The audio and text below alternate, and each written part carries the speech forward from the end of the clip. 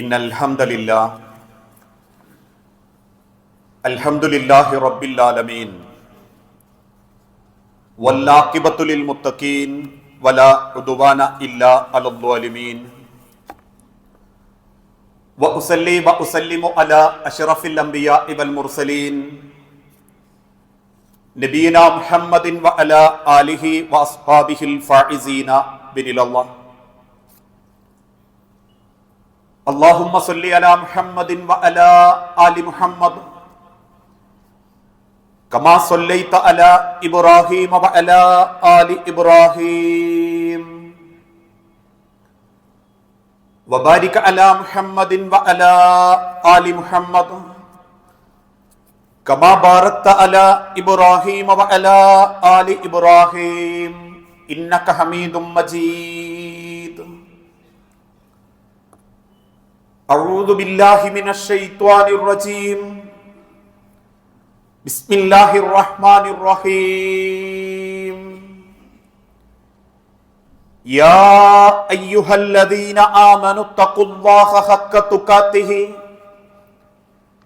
ولا تموتن إلا وأنتم مسلمون. يا أيها الناس اتقوا ربكم الذي خلقكم من نفس واحدة وخلق منها زوجها وبث منهما رجالا كثيرا ونساء واتقوا الله الذي تساءلون به والأرحام إن الله كان عليكم رقيبا. بسم الله الرحمن الرحيم.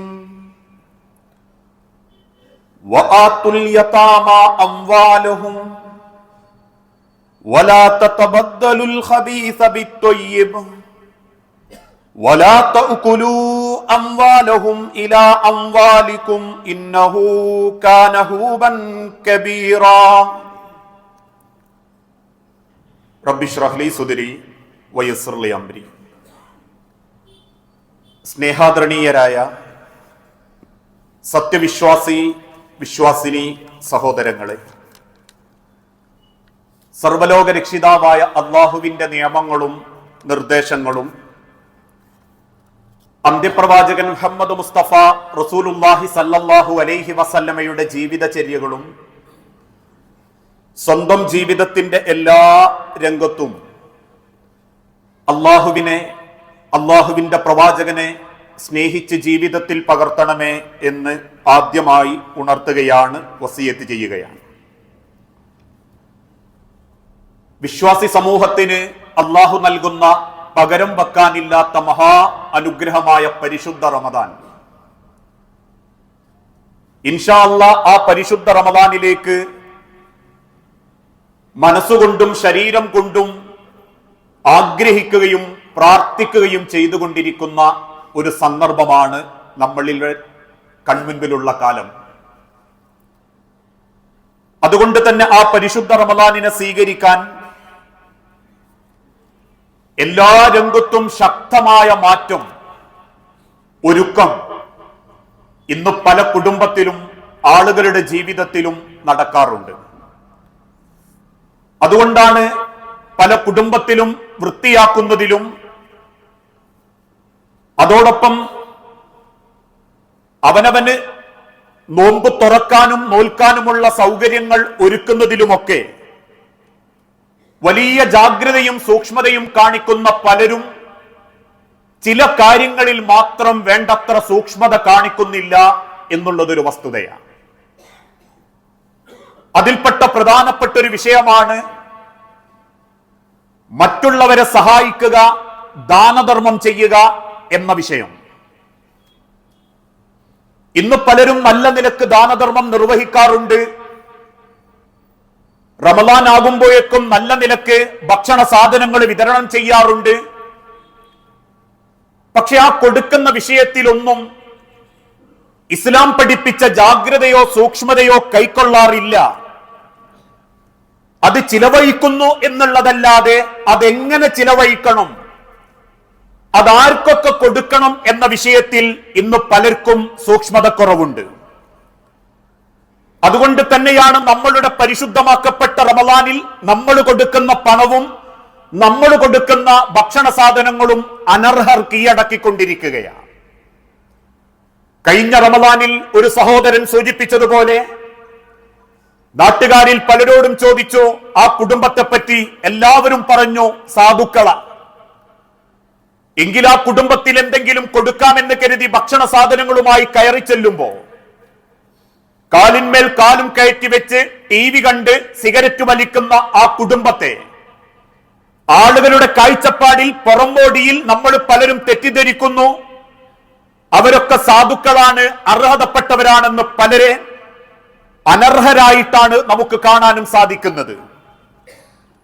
അതുകൊണ്ട് തന്നെ ആരാണ് ദുർബലർ, ആർക്കാണ് ദാനധർമ്മം കൊടുക്കേണ്ടത്, എങ്ങനെയാണ് കൊടുക്കേണ്ടത് എന്ന വിഷയത്തെക്കുറിച്ചൊക്കെ കൃത്യമായി പ്രവാചകൻ സല്ലല്ലാഹു അലൈഹി വസല്ലമ ഓർമ്മപ്പെടുത്തിയിട്ടുണ്ട്.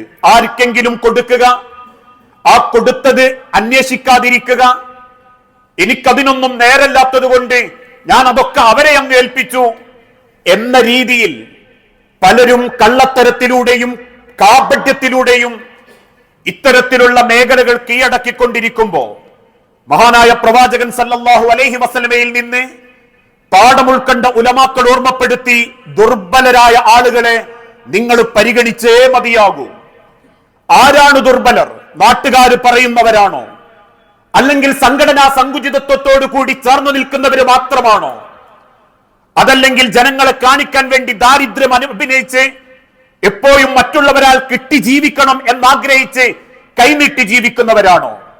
കീറിപ്പറിഞ്ഞ വസ്ത്രവും കുളിക്കാതെയും ശരീരത്തിന്റെ മാന്യമായ വസ്ത്രങ്ങളും ധരിക്കാതെ ഞാനൊക്കെ പാവപ്പെട്ടവനാ, അതുകൊണ്ട് എനിക്ക് കിട്ടിയേ മതിയാകൂ എന്ന് ആളുകളെ ബോധ്യപ്പെടുത്തി ജീവിക്കുന്നവരാണോ? അല്ലെന്നുലമാക്കൾ ഓർമ്മപ്പെടുത്തി. ആരാണ് ദുർബലർ? ഒരു വിഭാഗത്തെ എണ്ണുമ്പം സഹാബത്ത് എണ്ണി ഏറ്റവും വലിയ ദുർബലർ അനാഥകളായിരിക്കും. അനാഥകളായ ആളുകളെ നിങ്ങൾ കണ്ടെത്തണം. അറഅയ്തല്ലദീ യുകദ്ദിബു ബിദ്ദീൻ, മതത്തെ കളവാക്കുന്നവർ ആരെന്നറിയുമോ? ഫദാലിക്കല്ലദീ യദുൽ യതീം, അവർ യതീം മക്കളെ അവഗണിക്കുന്നവരായിരിക്കും. ഇന്നത്തെ കാലഘട്ടത്തിൽ പലരും പറ്റിച്ചുകൊണ്ടിരിക്കുന്ന ഒരു വിഭാഗമാ അനാഥകൾ.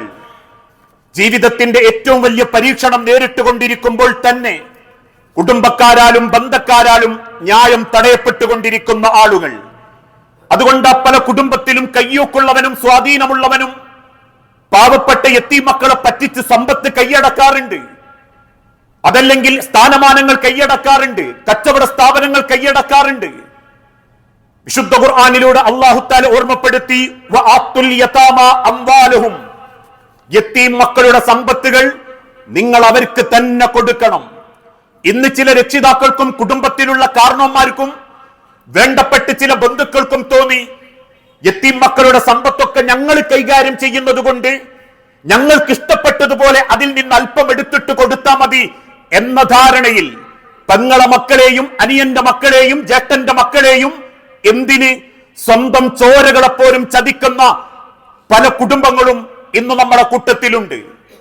അവിടെയാ അള്ളാഹുവിന്റെ കൽപ്പന, വആത്തുൽ യതാമ അംവാലഹും, യതീം മക്കളുടെ സമ്പത്ത് കുറയാതെ കൂട്ടിക്കൊടുക്കാൻ പറ്റുമെങ്കിൽ കൊടുക്കുക എന്നുള്ളതല്ലാതെ ഒരാള് പോലും ഒരു അണ പൈസയോ ഒരു തരി മണ്ണോ യതീം മക്കളുടെ സമ്പത്തിൽ നിന്നും എടുക്കാൻ പാടില്ല. എന്നിട്ട് അല്ലാഹു ഓർമ്മപ്പെടുത്തുന്നു, വലാ തതബദ്ദലുൽ ഖബീസ ബിത്തൊയ്യിബി, നല്ലതുകൊണ്ട് നിങ്ങൾ ഒരിക്കലും ചീത്തയായത് സമ്പാദിക്കാൻ പാടില്ല. ഇതിന്റെ വിശദീകരണത്തിൽ ഉലമാക്കൾ പറഞ്ഞൊരു ചരിത്രമുണ്ട്. ഒരു പക്ഷേ എന്താണ് നല്ലതുകൊണ്ട് ചീത്ത സമ്പാദിക്കുക എന്നുള്ളത്? നിങ്ങൾ ആ യതീം മക്കൾക്ക് വേണ്ടി പരിശ്രമിക്കുകയും ആ മക്കളുടെ സമ്പത്തുകൾ പരിപാലിക്കുകയും അവർക്ക് ജീവിതത്തിന്റെ കൈകാര്യകർത്തത്തിന്റെ വളർച്ചയിലേക്ക് എത്തുമ്പോ അവർക്ക് നിങ്ങൾ അത് കൊടുക്കുകയും ചെയ്യുമ്പോ ഈ ഭൂലോകത്ത് മറ്റെന്തിനേക്കാളും വലിയ സ്ഥാനം അള്ളാഹു ആ മനുഷ്യന് നൽകും.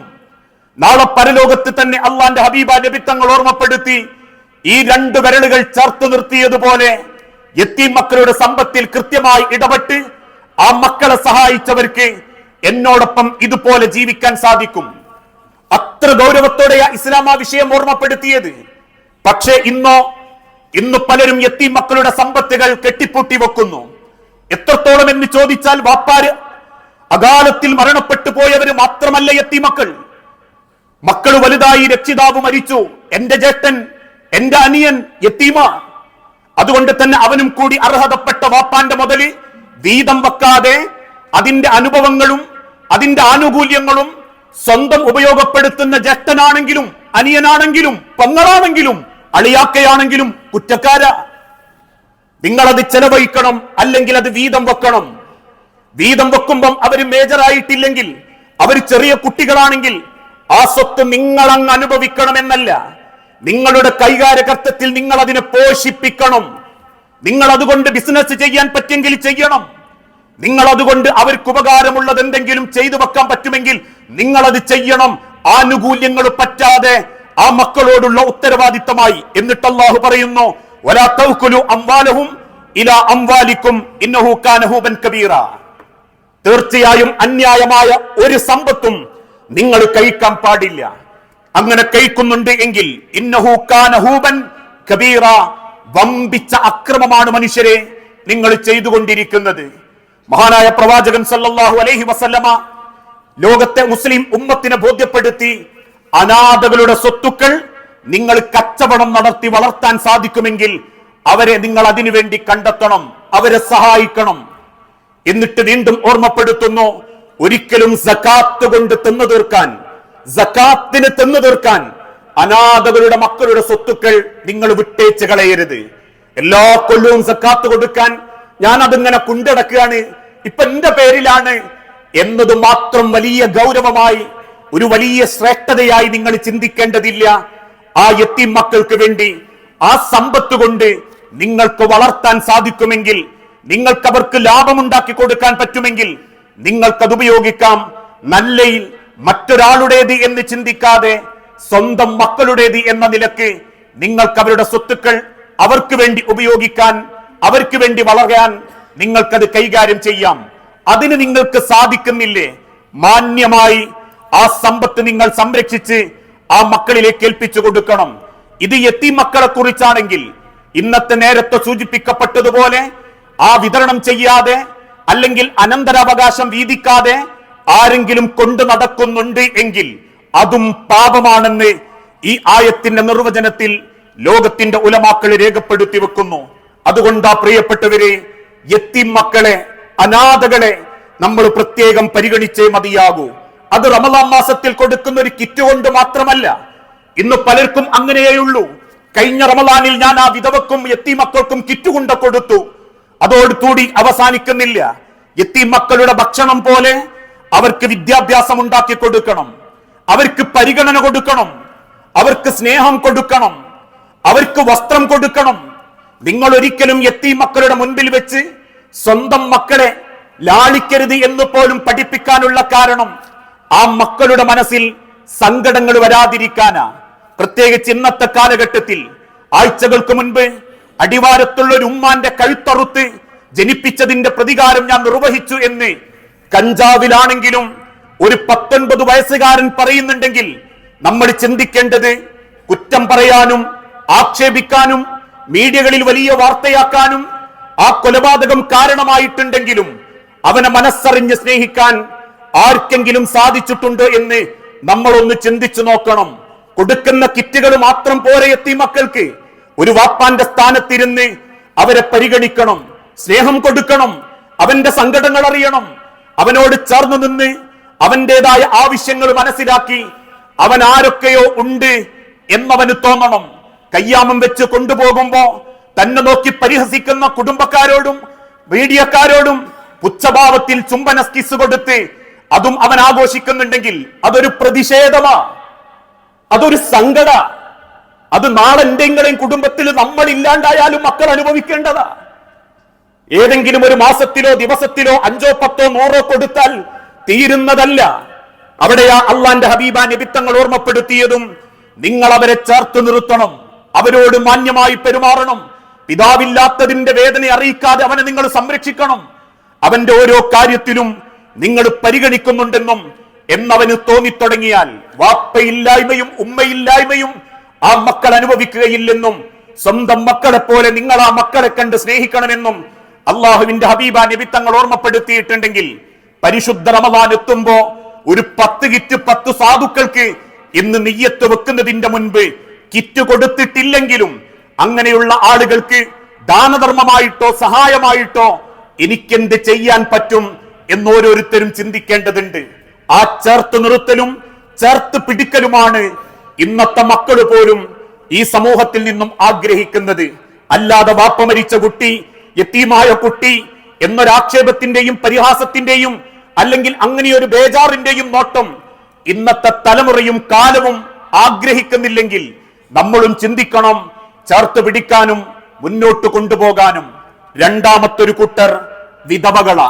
അള്ളാഹുവിന്റെ പരീക്ഷണത്തിന് വിധേയരായി ഭർത്താക്കന്മാര് മരണപ്പെട്ടു പോയ പെൺകുട്ടികൾ, ഉമ്മമാർ.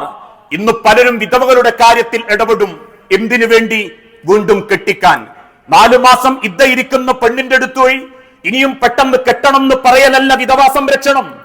മറിച്ച് വിധവകളെ സംരക്ഷിക്കേണ്ടതും ഉപദേശിക്കേണ്ടതും അവരുടെ വൈവാഹിക കാര്യത്തിന് മാത്രമല്ല, സ്നേഹത്തോടെ ലാളനയോടെ ഒരു ഭർത്താവിന്റെ കൂടെ അങ്ങേയറ്റം സന്തോഷത്തോടെ ജീവിച്ചൊരു പെണ്ണിന് 4 മാസവും 10 ദിവസവും കൊണ്ടും മറക്കാൻ പറ്റുന്നതല്ല ജീവിതം.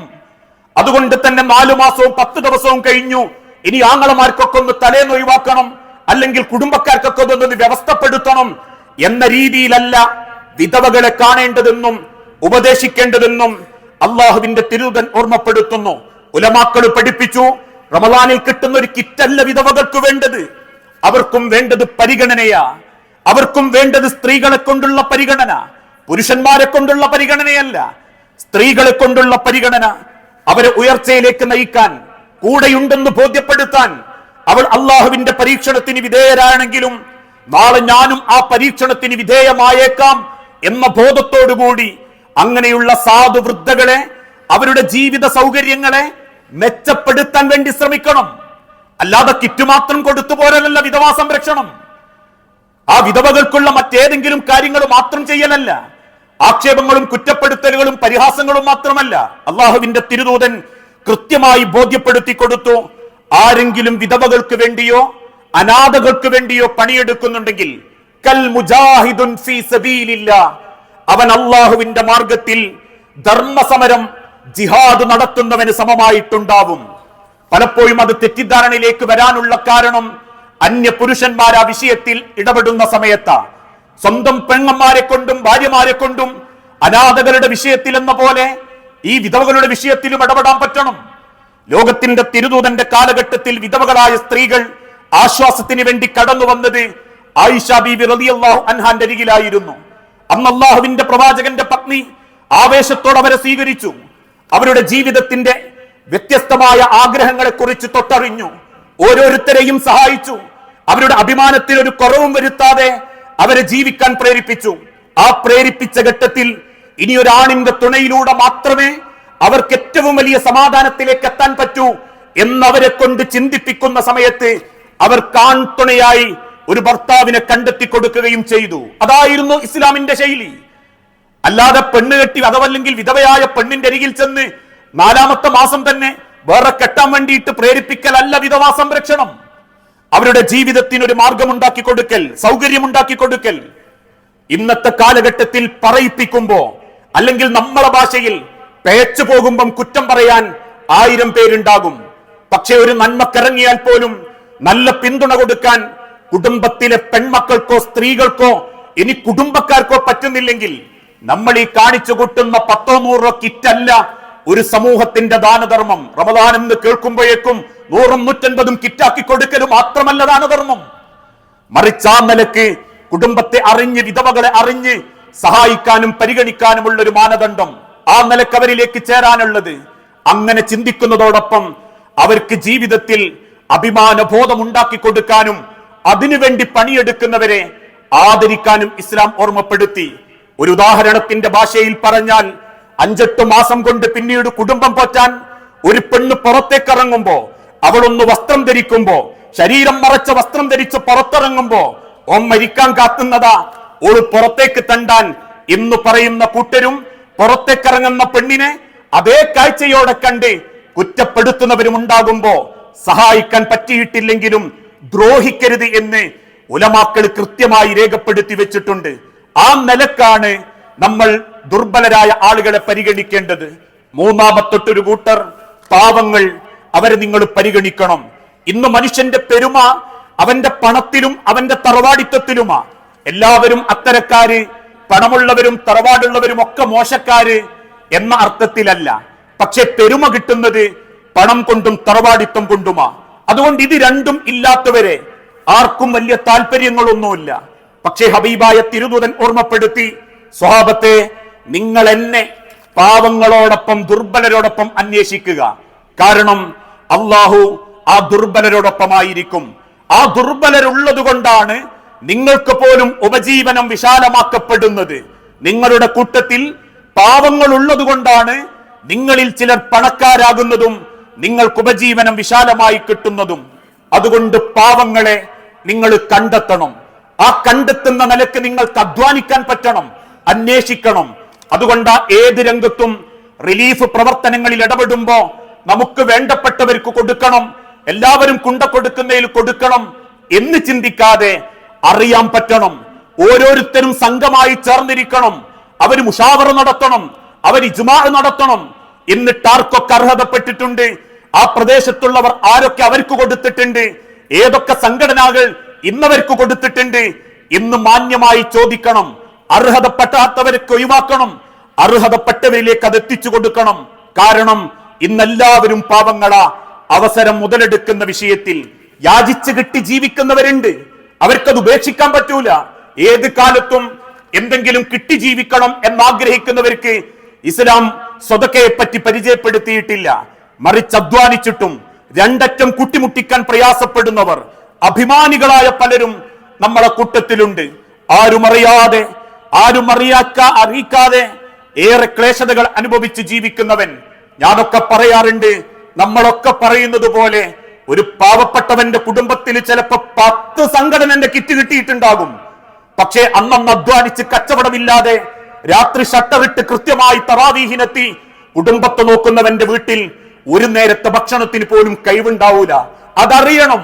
അറിയാൻ പറ്റാത്തവർ അതിൽ ഇടപെടരുതെന്ന ഉലമാക്കൾ രേഖപ്പെടുത്തിയത്. നിങ്ങളുടെ കാഴ്ചകളെ കൊണ്ട് നിങ്ങൾക്കത് ബോധ്യപ്പെട്ടിട്ടുണ്ടെങ്കിൽ നിങ്ങളത് കൊടുക്കണം. കാഴ്ചകളെ കൊണ്ട് ബോധ്യപ്പെട്ടത് ദരിദ്രനല്ലെങ്കിൽ കൊടുക്കാതിരുന്നാലും നിങ്ങൾക്ക് അല്ലാന്റെ അടുത്ത് കുറ്റമില്ല. കൈനീട്ടി യാചിക്കുന്നവരെല്ലാവരും പാവങ്ങളല്ല. ആൾക്കാരുടെ മനസ്സുകളിൽ പാവത്താനായി അഭിനയിക്കുന്നവരൊന്നും പാവങ്ങളല്ല. മറിച്ച് പാവങ്ങൾ ഒരുപക്ഷെ നിങ്ങളെ കുടുംബത്തിലുണ്ടാകും. ആ കുടുംബക്കാരനെ നിങ്ങളൊന്ന് ആദ്യം പരിഗണിക്കണം. ചിലർ പറയുന്നത് പോലെ നാടൊട്ടുക്കും കൊടുക്കും, വീട്ടിൽ കുടുംബത്തിൽ മാത്രം കൊടുക്കാത്തൊരവസ്ഥ. വൽ മിസ്കീന, ആ ദരിദ്രൻ, വബിനസ്സബീലി, വഴിയാത്രക്കാരിൽ പെട്ടുപോയ പ്രയാസക്കാർ, വലാ തുബദ്ദിറു തബ്ദീറ, എന്ന് കരുതി വാരിക്കോരി അങ്ങോട്ട് കൊടുക്കാനുമല്ല, ആവശ്യത്തിനുള്ളത് മാത്രം നിങ്ങൾ എത്തിച്ചു കൊടുക്കുക. ഇതാണ് ഈ ഒരു പരിശുദ്ധ റമദാനിലേക്ക് പ്രവേശിക്കുമ്പോ ആദ്യം നമ്മൾ മനസ്സിൽ ഉദ്ദേശിക്കേണ്ടതും. ദുർബലരെ പരിഗണിക്കണം. ആ പരിഗണന അവനാന്റെ തലമൊന്ന് ഒഴിവാക്കാൻ വേണ്ടിയിട്ടോ ബാധ്യത തീർക്കാനോ അല്ല. അർഹതപ്പെട്ട ആളുകളെ കണ്ടെത്തുന്നവർക്ക് സഹായങ്ങൾ എത്തിക്കാവൂ, അതിന് പണിയെടുക്കുന്നവർക്ക് നമ്മൾ ആ ഭക്ഷണം എത്തിക്കാവൂ. അങ്ങനെ അറിഞ്ഞ് ജീവിക്കുന്നവർക്ക് നമ്മൾ അതുകൊണ്ട് ഉപകാരം ചെയ്യാവൂ. റമദാൻ ആകുമ്പോഴേക്കും കിട്ടുന്നതെല്ലാം വാരിപ്പിടിച്ച് അവസാനം റമദാനിന്റെ 30-ന് പുറത്തുണ്ടോ ഈ വിൽക്കുന്നവർക്കൊന്നും ആ പരിശുദ്ധ റമദാനിൽ നമ്മളെ സ്വതക്ക ഒരു ബാധ്യതയായിട്ടും നമ്മളെ കുറ്റമായിട്ടും മാറാൻ പാടില്ല എന്ന് ചിന്തിക്കണം.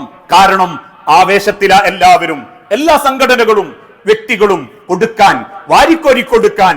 റമദാനിന്റെ പോരിശ ഈ ഒരു കിറ്റില് മാത്രമാണെന്ന് ബോധ്യപ്പെടാതെ ഇതൊക്കെ ഒരു സദക്ക തന്നെയാണ് എന്ന് തിരിച്ചറിയുക. അങ്ങനെ ചിന്തിക്കുന്ന യഥാർത്ഥ മുഅ്മിനീങ്ങളിൽ അള്ളാഹു നമ്മളെ എല്ലാവരെയും ഉൾപ്പെടുത്തി അനുഗ്രഹിക്കുമാറാകട്ടെ.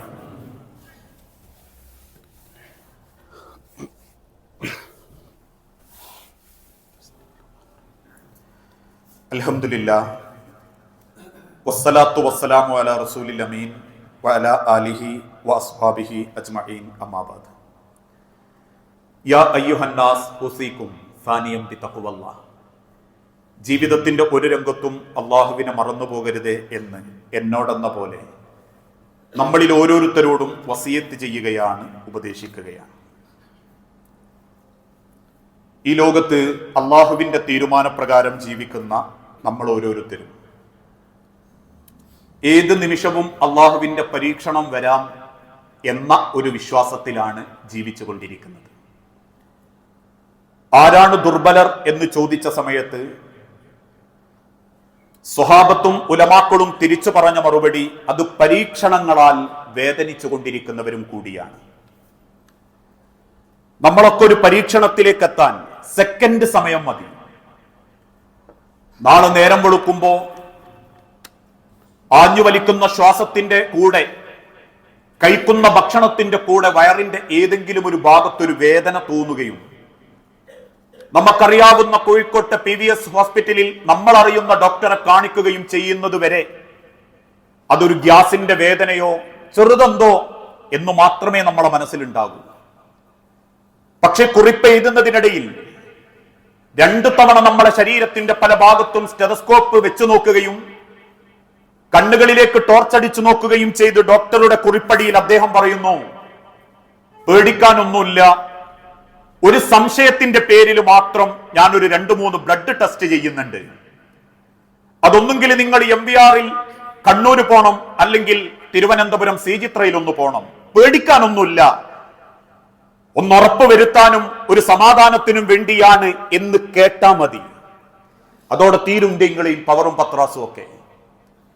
ഒരു സെക്കൻഡ് മതി മനുഷ്യരെ പടച്ചറബ് തീരുമാനിച്ച ലോകത്തേറ്റവും വേദനിക്കുന്ന സങ്കടപ്പെടുന്ന ഒരു പരീക്ഷണത്തിലേക്ക് നമ്മൾ എത്തിപ്പെടാൻ.